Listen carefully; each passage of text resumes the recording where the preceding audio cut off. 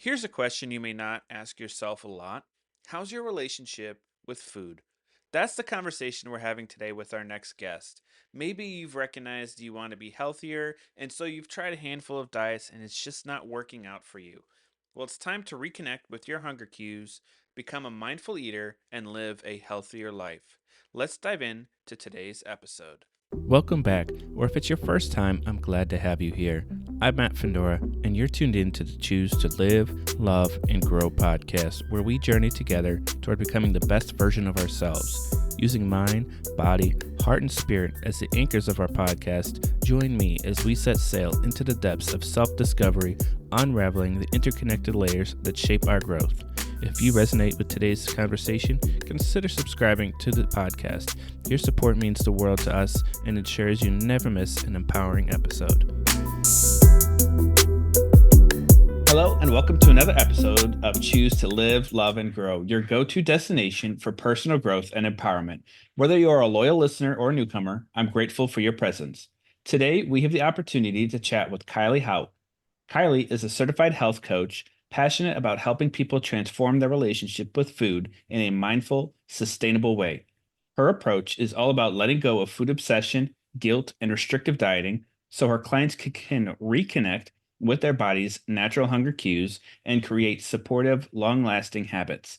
Kylie works with those who feel stuck in cycles of overeating, emotional eating, or using food as a coping tool.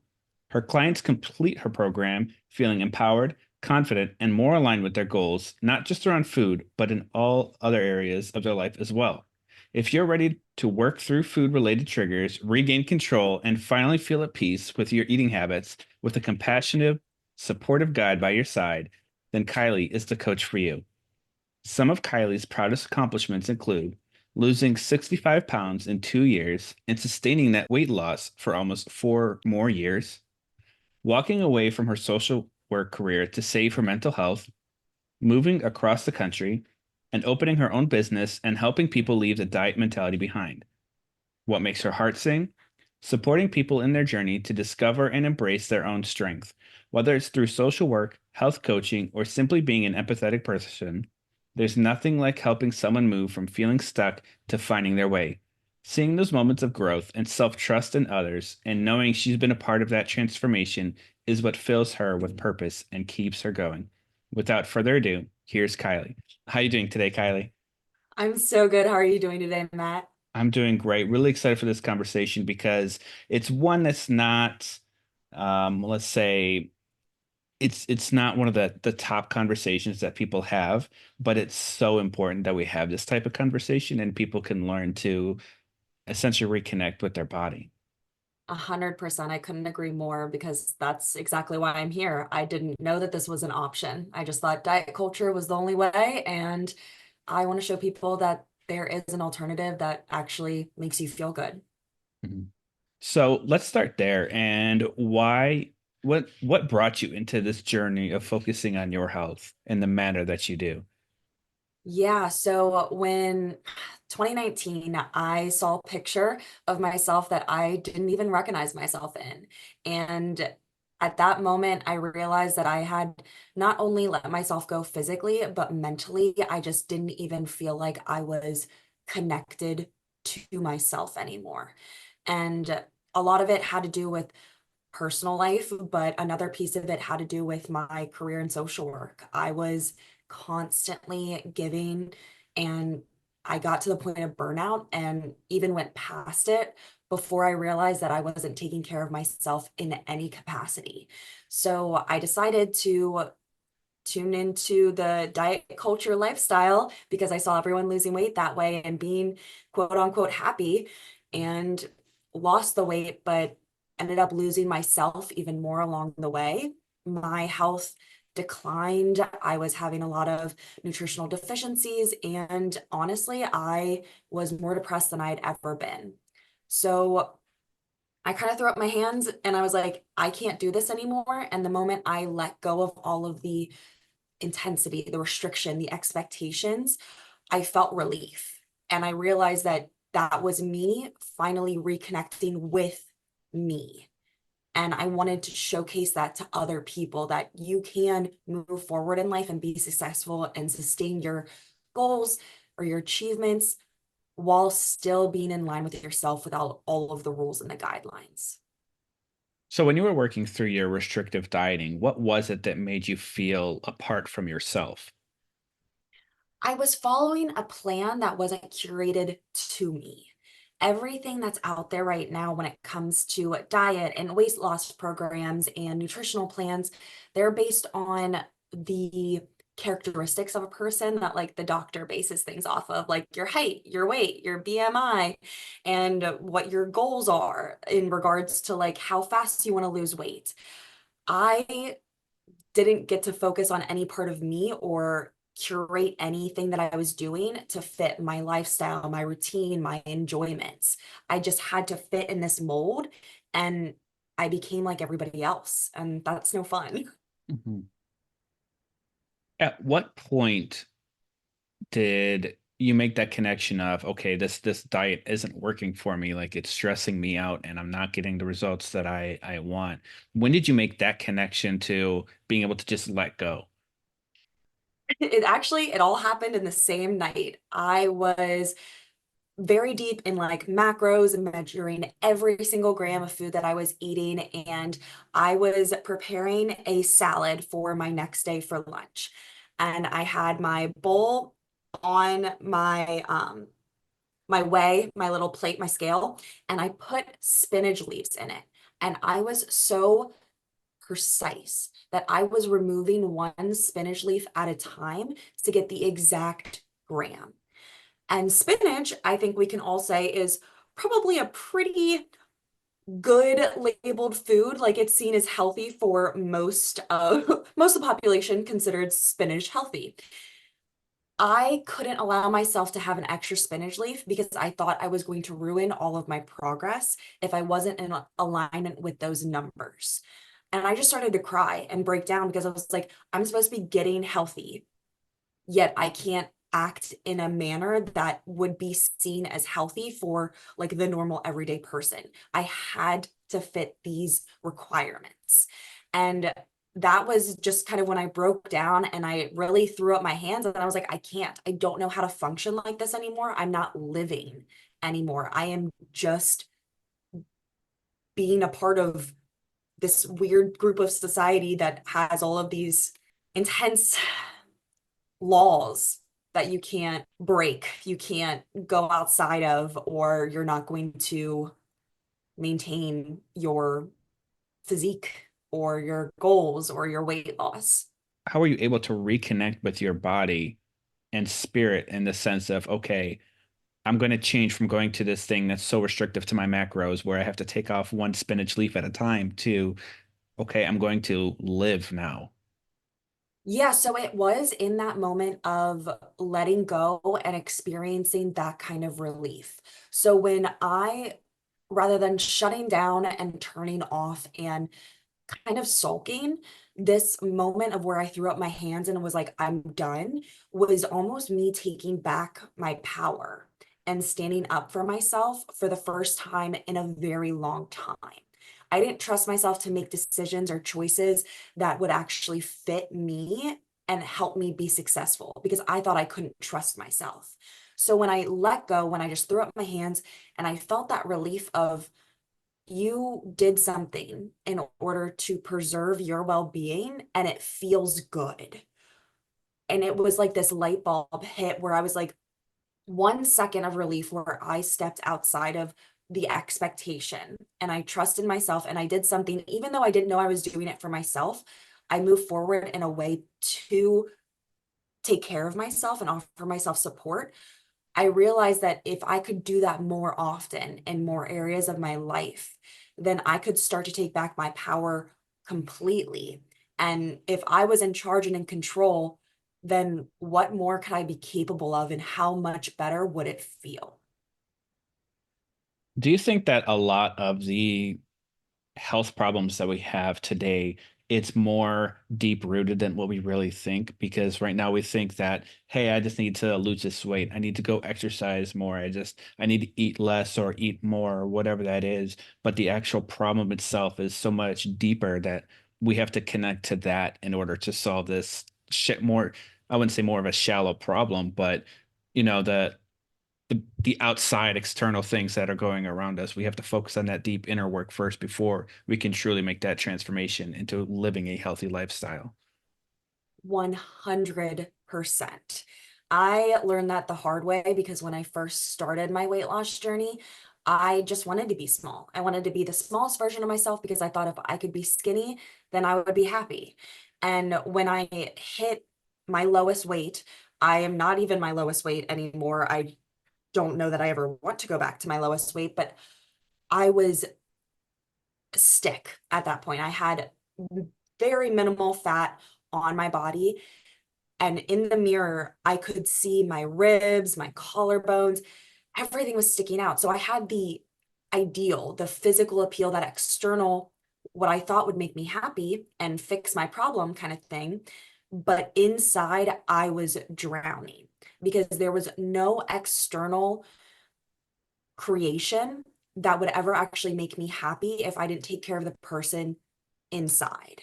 I needed to take care of the girl that was being triggered, that was turning to food for emotional comfort, that didn't know how to take care of herself outside of like the silly bubble baths for like self-care, that was giving everything and more at work, but didn't know how to rest and recover at home afterwards. All of these little deeply rooted causes that were creating my weight gain over the span of 5 years were just being buried because I thought that weight loss was going to fix all of that. Do you think that men and women have very similar issues when it comes to what their relationship is with food? From my clients, I can say that it is very similar, and mainly because it's rooted in a lot of their childhood experiences. A lot of people are eating out of habit based on either what they were taught when they were a child at the table, like you can't leave the table until your plate is clean, or we don't waste food in this house, like you have to eat it all, none of it's going in the trash. And those are very normal, and we wouldn't think that was causing a hardship on the child, but it teaches them to eat past their comfort based on these external factors that we can't even really do anything about. Like if you don't want to waste food, like there are people starving in other countries, I can't get the leftovers on my plate there, but we can do something different that would help them. So it's looking at different options so that we can kind of change that narrative or the food philosophy that we've adapted throughout so many years of our lives. That has continued no matter how you identify in regards to gender. Hmm. What's interesting is you wouldn't really expect if you went off of societal norms, you would think that women would be more inclined of emotional eating because that's what we see on TV compared to men who it doesn't really. I've heard a lot of people say, "Oh, it doesn't matter what men eat; they naturally their body stays the same or whatever, this and that." And I think we put so many labels on things. And so, as a society, how do we work through looking at both women and men in the similar facet of making sure they're okay with their relationship with food? Yeah, that's a great question. I think I would kind of characterize it as how we approach mental health in general. A lot of mental health focuses on women because we show more emotions, we seek out more support, we do look to get advice or assistance. But with men, from what I've seen, since I don't identify as that, I can say from an outside perspective, it seems that they're told to bury their emotions more. And I think that that's what causes them to actually turn to food more than maybe a woman might, because a woman has some other outlets to express their emotions, but men, they often either have the gym or food. They don't really know how to express it in any other way, unfortunately, because they've never been taught. So I think normalizing getting support and seeing how food is not a coping skill, it needs to be seen as so much more. Like, it's not just fuel, it does have an emotional connection too, but you can't use it to fill the void. Mhm. It's interesting that you say that because it brought to mind a conversation I had, and I wish I remember who I had this conversation with. But we talked about men, and when they go to the gym, they bring their anger to the gym, and it's them venting out and getting angry, or they're angry at themselves. And so they're not necessarily going to get the results that they want because they're not loving themselves through this process, but rather they're getting angry at who they are, and it's just like all this anger towards working out. So I don't know if how do you feel like women are the opposite or similar in that facet of they bring their emotions to the gym and vent out their emotions when they work out? I think it kind of depends on why you get into physical fitness. So I can say that that was how I started. I started as a form of punishment. I was mad at myself for letting myself get as far as I did, and I hated myself through every workout. Every time I would see myself in the mirror as I was passing by, like the weights or the cardio machines, I would look at myself in the mirror and just degrade myself and belittle myself so that I would work harder. I unfortunately think a lot of people, men and women, go to the gym because they feel so crappy about themselves that they think it's going to fix it. And that guilt and shame, we ride that wave because it feels so powerful in the moment. But later, once we're home and we don't feel any better because we didn't actually nurture ourselves, we just burned out all of this anger, we're still sad and we don't know how to deal with it. So I think most people that go to the gym repetitively, they have struggled with that at some point in their life. So how did you make that change then, going to the gym where you were angry and upset with yourself, your physique, and the way you look, to going and loving yourself when you're at the gym? It took me a really long time, and I wish I could say that when I found that sense of relief back in 2021 and started changing my eating habits, that my physical fitness interests or drivers or motivators changed too, but they didn't until about 2023. I still went there thinking that if I didn't have these physique goals, if I didn't question myself and judge myself, that I wasn't going to work as hard as I was before. And so when I was working out, I was trying to find a way to use it as self-care. I started running and I was like, I need something that's just going to kind of let my mind go empty. And then the more that I looked for that self-care, the more I noticed that when I was showing up, even when I didn't want to, that was me offering myself self-care in a way that a lot of people I don't think talk about. When we are building a habit, when we're showing up for ourselves because we said, this is what I'm going to do, and we do it, we're building self-trust. And having that self-trust evolve into this, I'm confident. I know I'm going to do what I say I'm going to do. I know I'm going to show up for myself in the way that I want to. And I know I'm going to use that to achieve my goals.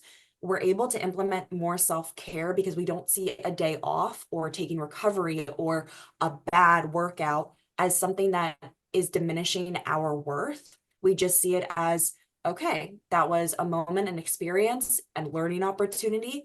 And now I'm going to move forward because I still know that I showed up, and I still know that I will in the future, and that I care about myself enough to not let this one moment determine the rest of my life.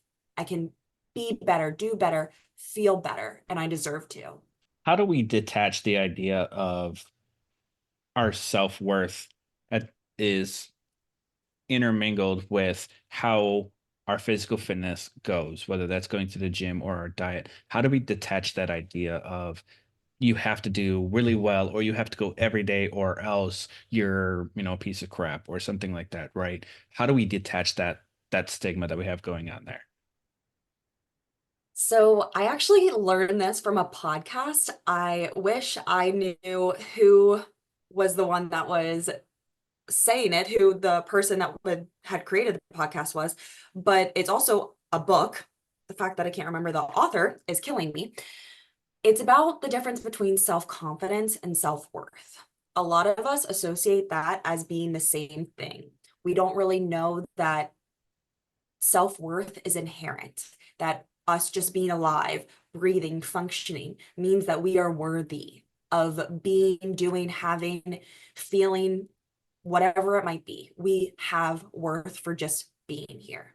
The confidence, I think, is built up more when we go to the gym. So having that confidence be able to be built up by having the consistency while also having the self-worth behind it to know that just because you take a rest day or just because something was different, you didn't hit the PR that you wanted to, the weights weren't flowing like you thought they would, the run was a mile instead of 3.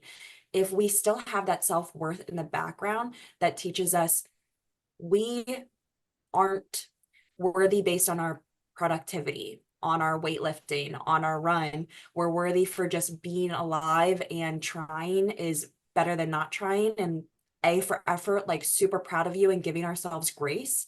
Then we can build our self-confidence in the gym by going consistently, but one day off isn't going to ruin the confidence because we still have the self-worth.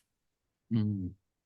Do you think that your background in social work has improved your ability as a health coach to make those connections that we're discussing? 100%. I notice a lot of health coaches in this field, they kind of fall into the generalized plans and just offer a lot of easy downloads, easy purchases, easy quick fixes. And we'll talk a little bit about behavior and habits, but they won't get to the deeply rooted issue. And it's not for an inability or to like say that they're bad or wrong or that they're incapable. It's just that they don't really have the history of doing that with multiple people. When you go into health coaching, you learn about the present moment and you learn about the future, but you don't have the ability to discuss what it's like talking to someone about their past because you don't want to focus on their past. That's not supposed to be a part of it. But I think that if you don't bring in the past and see how it's connected, what's triggering you in your present, you're not going to be able to change your future. And social work gifted me that perspective. Mhm. So one of the things that you said that you do is you reconnect people with their natural hunger cues. How do you do that? Ooh, oh my gosh. Okay, so this is one of my favorite things, and it's all based on self-trust. So when we have these food cues, like we have hunger, fullness, satisfaction, we have cravings, we have emotional connections to things, everything that we're doing, we have almost been conditioned to do. We are acting out of automation and we don't know how to tune in and register the difference between hunger and cravings, the difference between fullness and satisfaction. So I help my clients regain that inner trust with themselves where they actually can honor their body's needs by giving them a variety of different tools because we're all different. We all learn in different ways. But by giving them a variety of different tools to see what it takes for them to almost ignite that reminder that they know what they want, what they're feeling, that they can listen to whatever that voice, some people call it intuition, whatever that might be that's going on inside, that it's not wrong. We're told time and time again that what we're doing is bad or wrong, or that we can't, or that we shouldn't, and we dim or silence that voice. And when we start to seek it out, when we start to reflect on it, when we start to ask it questions and actually bring it back to the surface, then we can start to learn how to tune in and reconnect with our bodies, because then we're starting to show that we can trust what the voice is saying. And then we are able to see that ripple effect, because if we trust ourselves, we do the thing that would actually be good for our body likes it, we feel better, then we're happy. It's like a whole thing. So, what is your take on snacking then? Do you think that it can, I mean, I'm assuming that snacking can be detrimental for somebody who's trying to lose weight, but at the same time, if they're listening to their hunger cues, snacking might be a good thing. So where do you stand on that? I love snacking. I'm a huge snacker, and it's not in the same way that I used to. Before, when I was snacking, it would be because I had a long day at work, or I was tired and I didn't feel like making a meal, or I was on the couch watching a movie and all of a sudden my hand was hitting the bottom of the bag of chips that I just opened. That wasn't snacking. That was distraction. That was comfort. That was filling a void. That was coping. Now, when I embrace snacking, it is just like a meal. I do it mindfully, being present. If I have a craving, if I want a chip, if I want a cookie, whatever it is that I decide sounds good, or that I have made an intentional choice to have in my day, I will grab it whenever my body says, I think I'm getting kind of hungry. I have granola bars in my car, in my purse, in my gym bag, because I never want to feel like I am fighting hunger, or that I can't provide my body the nutrients that it needs.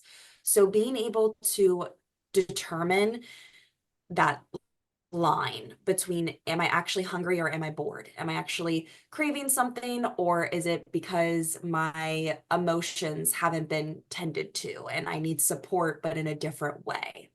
So snacking with a purpose is kind of what I do now. And I have popcorn in my pantry right now. I'll probably eat it later today. So I'm for snacking. You mentioned the words mindful eating. What exactly is mindful eating? Everybody has a different definition. It's kind of like, what's your definition of healthy or dieting or whatever it might be? But for me, in my practice, mindful eating is eating in a way that is present, that's in the moment, that allows you to nurture yourself, that offers you compassion, and that's not filled with shame, guilt, restriction, or guidelines. So you're eating in a way that is mindful. You are moving forward with intention, and you're making choices not based on external factors or an environment or someone yelling at you. It's not an automated reaction. It's an automated choice, but that's based on something your body and your mind are saying, this would provide me some kind of nutrient or some kind of energy, or it would curb my hunger. So really just connecting with you and your hunger cues. So after having this conversation, it's very clear that you have a unique approach to how you help take care of your clients. And so, do you feel like you get negative feedback from other coaches because you do things differently than them, or different than they're taught and everybody else? I fortunately have not gotten any negative feedback from other coaches, but I do get negative feedback from the general population. And I think it's because they don't really understand that this is an option. They have been force fed this idea that dieting, quick fixes, keto, GLP-1, all of these things are the answer. So when I come in and I'm just like, those things suck, let's try something new, like actually trusting your body and giving yourself a chance to figure it out, they're like, what are you smoking? Pretty much. They're like, no, that doesn't actually work. And when I explain to them how I lost the 65 pounds and how I was about to gain it back, like 80 to 90% of dieters do in 1 to 3 years of their weight loss. They gain back most, if not all, of their weight. When I told them I was right there, I was on the cusp of gaining weight back, but then I found the relief. I let myself tune in, and that's what has sustained my weight loss for 4 years. Then they kind of are like, okay, I haven't sustained my weight loss for more than 3 months and I just keep trying all of these new quick fixes. Maybe she does have a point. So coaches fortunately are nice to each other, but people who don't get it, they're like, I don't know. I don't think I like what you're saying. So I feel like it's really highlighting what the issue is in general for everybody in everything that they do is that it comes down to your emotional well-being and your mental health because we don't look at it that often. It's just the concept of, yo-yoing between going from, this weight to this weight to this weight to this weight. It's the same thing with finances too. When we want to get rid of our debt, what do? We just like, hey, I'm just going to focus on this. And we don't focus on the behavior aspect, the emotional spending that we do. The same thing with eating, the emotional eating. And I think a lot of that, at least from a man's perspective, is men aren't told that they're allowed to feel and they don't feel comfortable Mm. feeling things. And so there are two things they feel are anger and apathy. And that's what they take to the gym with them. That's what they take to their food with them. They get angry at either themselves or they're just like, oh, well, I have to eat this because, Bob told me I have to eat this because my macros or something like that, instead of getting in tune with who they are at their core and what is their body, what is their spirit telling them and all that. So, I just want to say thank you for bringing all this to light because I think it's super important that we make that connection with our emotional selves. Absolutely. And you highlighted it. You absolutely nailed it. Food is so much more than just fuel. And once we can accept that it's okay that we're doing all of these things and that we're functioning in this way, but if it's not serving us, then we deserve to make a change. Then we can really start to welcome the emotions and work through them because we have to recognize them, understand them to change them. How do we process the idea of eating with other people, but still being true to focusing on our own hunger cues and not overeating? Like you said, the stereotypes of, hey, I have to eat all my food. I just paid for all this. I have to eat all this. How do we disconnect from that and still maintain who we are and not overeat and eat happily too? Yeah, great question. So I go through a couple different ideas in my coaching program, but a main thing that they all kind of have is mindset. The mindset that we enter into the situation with is going to determine what happens next. And a lot of things that I like to do revolve around setting intentions before you enter into the restaurant or the party or wherever it might be that you're going where you're fearing overeating. And rather than focusing all of your energy on the bad thing that you do or the problem or the outcome that makes you feel like crap, you focus all of your energy on the success. You truly visualize what you want your outcome to look like, how you want to feel, what you want this experience to be. And you see yourself participating in the experience like that. Maybe you're like, okay, I already know what I want to order. When I go in and everyone else is talking about ordering this and that, I know that that food doesn't always make me feel good or leave me feeling satisfied, or I'm hungry 2 hours later when I get home. But the food that I'm choosing, it actually would make me feel good. It would satisfy and satiate me. So you go in with the intention, I'm not saying no, I'm not depriving myself, I'm not denying myself. I'm staying true to what I know would actually serve me. And there's nothing wrong with that. Having this intention really helps you lead with confidence, but it also can be a really great reminder that whenever you're eating something based on what other people are doing, or you're eating past your fullness levels, you are not actually supporting yourself. you're being wasteful in a different way. If you're buying something that you don't actually want, if you're buying something just to like fit in, if you're eating the rest of the plate, like let's say you have half of the meal and you're just good, you can't eat anymore, you are using yourself as a garbage can. Like throwing it away versus eating it when it's not fulfilling you, satisfying you, satiating you, it's just making you feel sick or making you unhappy. You're treating yourself like the garbage can. Have the confidence, the pride to stand up for yourself in those situations and do what actually would serve your body. And if you're someone who doesn't like to waste food, ask someone to give you a box and take it home. Just because you don't eat it right now doesn't mean that it's going to waste. And if you don't eat it, if you bring it home and it sits in your fridge, it's okay. I promise you, it's not going to be the end of the world. You're not wasting money, especially if you had a good experience with the people you were with. Mm, love that. So, with New Year's right around the corner, it's an estimated 79% of people create a New Year's resolution based around health, diet, and exercise. And if you look at the numbers, about 9% of people who make a New Year's resolution actually see through it till the end to complete it.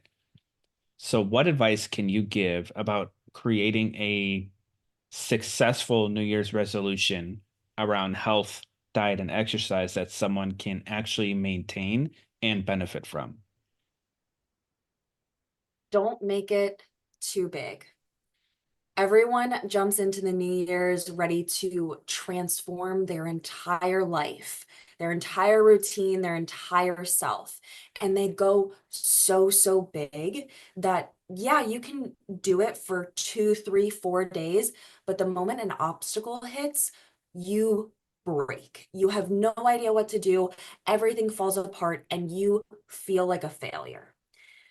My biggest tip would be pick one area. If you want to focus on your eating habits, if you want to focus on your physical fitness, if you want to focus on maybe your overall health, like mental health, find some focus and then ask yourself why this is your focus, what you want from this, like what kind of goal you want to achieve. Let's say for fitness, last year, my New Year's resolution was to run a half marathon. I hadn't ran in almost a year and I did not achieve my New Year's resolution. I got to 10 miles and I was like, my body is hurting. I'm not going to continue. Hmm. My body wasn't prepared to do that kind of intensity because I barely ever ran to begin with. So maybe that is the same for some people, but maybe it's their mindset.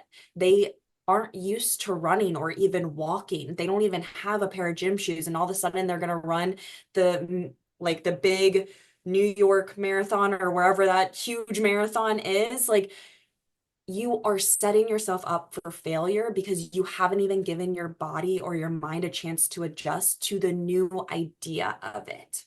Buy the shoes, make that your first goal.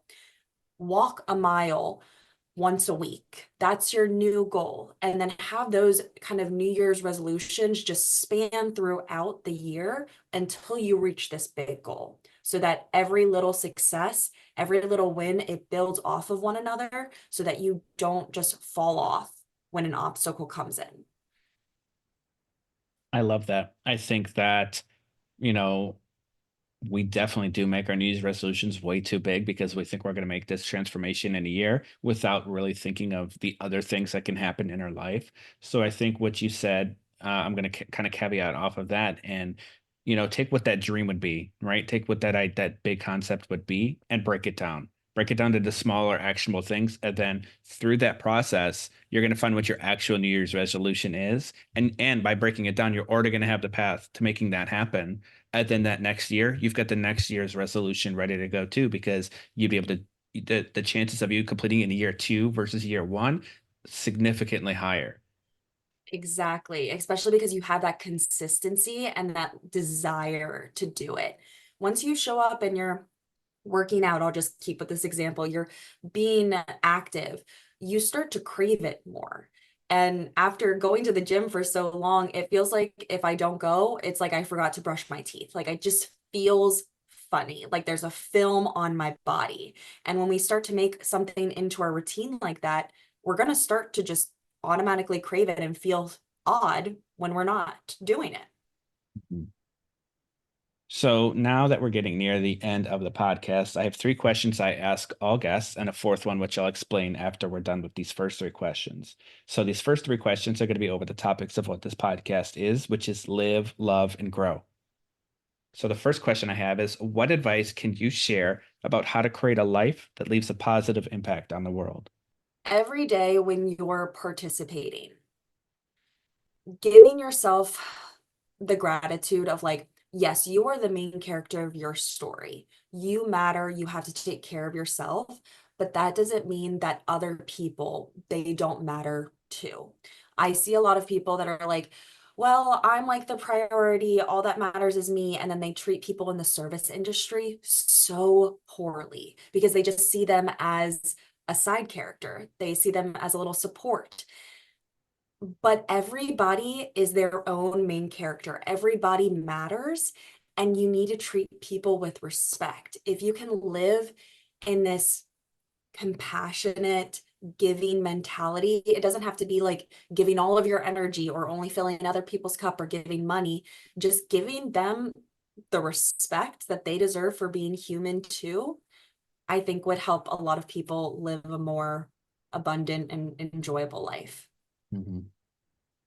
The second question I have is, what are some practical ways people can cultivate self-love? Ooh, oh my gosh, journaling. Journaling is probably my favorite one. I am obsessed with different prompts, reflecting on yourself, where you've been, what you want to work towards. I mean, really anything that you are writing about can help you learn something about yourself so that you can treat yourself better in the future. You never really know what's going to come through. I will write it following prompts or just like free write, and I learn something new about myself every single time, and just doing it without judgment. If you just let your mind go and you accept whatever is written down, it might not be fact, but it is how you feel, then you can treat yourself with a lot more love. Hmm.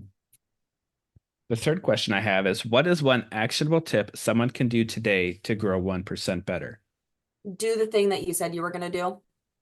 If you woke up today and you said that you were going to eat the salad or try the apple or make something new, like you were going to cook something or you were going to go to the gym or you were going to take a walk, in whatever capacity you have, do it. Do some ounce of it. If you can't go to the gym for an hour, but you could go for 15 minutes, go. If you can go for a 5-minute walk, even though you wanted to go for an hour, go. If you can cook half the meal, or you can make the rice and prepare it for tomorrow so that you can try again, cook the rice. Do something to just fulfill that desire and to build that self-trust because you're showing up for yourself. Mhm. So this next question that I have is, what I do is I have the previous guest, they get to ask the next guest a question without knowing who they are or what they do. And so the question that the last guest has for you is, with your current situation, who would be a perfect collaborator to help your biggest dream come true? Mel Robbins. Mm, I am obsessed with her. I just got her book, Let Them, on pre-order, and I got it for my mom too. I am so excited. This is going to be her Christmas present and my Christmas present to myself. She has been someone I have looked up to for longer than I can remember. She is a reason I actually got into social work because that was like the way I could become her without being an entrepreneur because I never thought I would do something like this. So, yeah, that makes total sense. I love her. So you get to ask the next guest a question. So what question would you like to ask the next guest? This is so hard. I didn't even come with the question. If you had to define yourself as a color, what color would you pick and why? A great question. Why is that a silly question? I don't Um, know. I just took like a personality book test thing and I came back with green and I was like, that's actually my favorite color. So this is amazing. So now I'm intrigued. so how can the audience connect with you? Yes, so LinkedIn is probably my favorite place to connect. I post there usually 5 times a week at least. And my LinkedIn username is Kiley, Kiley hyphen Houck, Houck. I also have my website, which is Kylie's Health Haven LLC.com. And you can email me from there. You can check me out. You can check out my weekly or my monthly journal prompts since I talked about that for a second and I love them so much. I'm also on Instagram and Facebook, and I think that's it. How can the audience support you on your journey? Oh my gosh. Get on my email list because that not only supports me and shows me that what I'm talking about and the way I'm helping people, it matters, that it's actually a benefit, which I know it is, but you guys need to kind of build my head up a little bit. But it also serves you because you get so much information from my emails. I have a toolkit Tuesday that I send out every week. I post articles that I send out to my subscribers that will teach you a little bit about health in regards to maybe it's like BMI or your eating habits, mindful eating. It could be anything. And I also do a Mindset Monday, which I just sent out this week today because every month, the first Monday of every month, I help you kind of take on the month with strength and empowerment so that you can feel really confident and in control. If I'm not mistaken, we still have about a minute or two left. You mentioned that you had a free gift for the audience. Yes. So my free gift is on my website and it is my visualization exercise bundle. So it is very, very helpful for when you want to enter into situations with intention, like we were talking about for going out to restaurants or going to a party. I actually have recorded visualizations that I walk you through. It's a little guided practice that will support you in those kind of moments, in the common food related challenges where people get nervous, they're stressed, they don't know how they're going to behave, and they want to make a change. This helps you enter into whatever situation it is with intention. It might help you ground yourself if you are in a moment where you're eating based on boredom or you're eating out of comfort. And it can also help you release a lot of those feelings of guilt or shame based on what you may be doing in the moment so that you can take back your power. Awesome. Well, Kylie, I really appreciate you coming on here, explaining the connection that we have with our food and building that relationship in a more healthy manner than just being angry at it and angry at ourselves. And I'm just going to eat this because, Bob, Sue, or Joe told me I have to because based off the macros. So thank you for coming on here. Absolutely. It's my pleasure. Thank you so much for having me. And the little code for that free bundle, the exercise bundle, is going to be Matt Fendora. So just use his name and you guys will be able to get that for free. Awesome. Thank you. Of course. And thank you so much for giving me the time and the space to share my passion. I really appreciate it. Hey, can you do me a favor? If you enjoyed today's episode and took something away like I did, then could you take a minute and leave a 5-star review in what you took away? Your review could be the difference maker in continuing to get even more amazing guests. You are the reason I continue to create a new podcast every week. Thank you for your continued support. No matter what you choose to do, choose to live, love, and grow. Thank you, and have an outstanding day.